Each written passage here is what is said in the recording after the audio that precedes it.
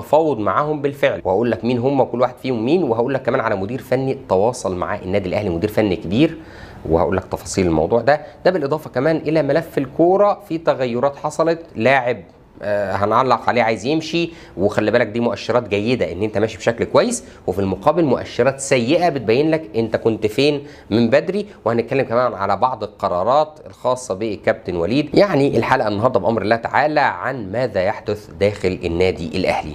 خليني في البدايه اجاوبك على السؤال اللي بيتسال لي كتير قوي، انه الكابتن عماد النحاس ليه ما يكملش في النادي الاهلي؟ الكابتن عماد النحاس هل لو عمل نتائج جيده هيستمر ولا لا؟ فخليني اقول لك القول الفصل لا، الاداره واخده قرار قاطع انه ما فيش وقت للتجارب. حتى لو كان قدم مستويات عظيمه، الفكره في المدير الفني المصري ان هو بيبقى عامل زي شويه كده مع حقنه مهدئ، هو مش علاج. يعني هو ممكن يكون كويس جدا جدا، لكن كمان شويه